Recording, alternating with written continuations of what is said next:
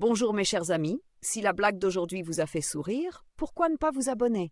J'adorerais vous compter parmi mes amis. Une jeune et belle femme se prépare, un peu nerveuse, pour une petite intervention chirurgicale. Elle est concentrée, cherchant à se rassurer avant de s'allonger sur le lit d'hôpital.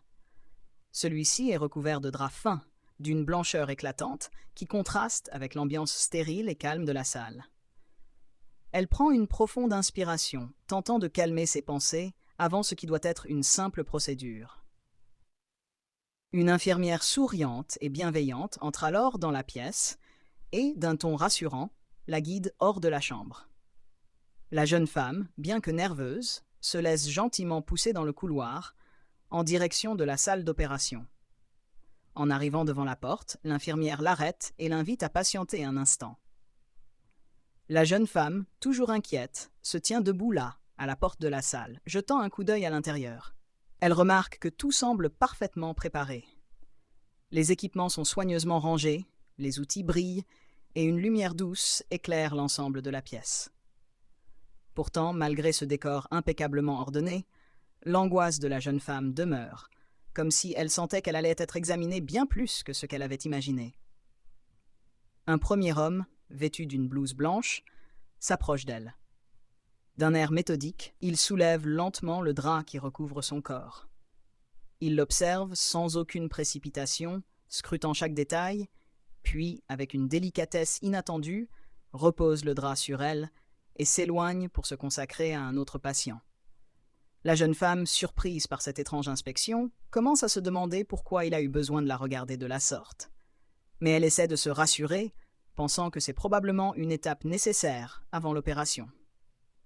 Quelques instants plus tard, un second homme en blouse blanche entre dans la pièce. Il approche du lit, soulevant une nouvelle fois le drap pour examiner son corps. Il passe en revue chaque détail avec une attention minutieuse. La jeune femme commence à se sentir un peu inconfortable sous ce regard intense et ce processus apparemment interminable. Elle se redresse légèrement, nerveuse, se demandant pourquoi ce contrôle semble durer plus longtemps que prévu. À ce moment précis, elle entend une porte s'ouvrir de nouveau et aperçoit un troisième homme, toujours vêtu de la traditionnelle blouse blanche, qui entre dans la salle.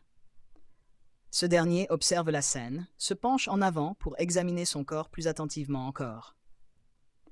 La jeune femme, perdant peu à peu patience, commence à se poser de plus en plus de questions. Son esprit s'emballe alors qu'elle attend enfin que la véritable opération commence. Après tout, elle est là pour subir une intervention, non pour être observée sous tous les angles par ces hommes en blanc. Enfin, ne supportant plus l'incertitude, la jeune femme, un peu irritée, prend la parole. D'un ton presque suppliant, elle dit « Je comprends bien qu'il faille faire des vérifications, mais quand est-ce que l'opération réelle commence ?» Elle cherche des réponses, mais la situation devient de plus en plus confuse pour elle.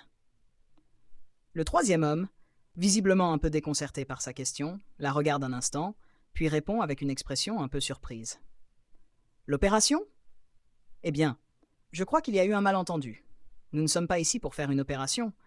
Nous sommes juste là pour peindre le couloir. » La jeune femme, stupéfaite, reste figée, totalement interloquée par cette réponse inattendue. Tout son stress et son anxiété semblaient être le fruit d'une incompréhension totale. Elle réalise alors qu'elle n'était pas en salle d'opération, mais qu'elle avait été amenée dans un couloir en attendant un tout autre type de procédure. Un léger sourire nerveux se dessine sur son visage, tandis qu'elle prend peu à peu conscience de l'absurdité de la situation.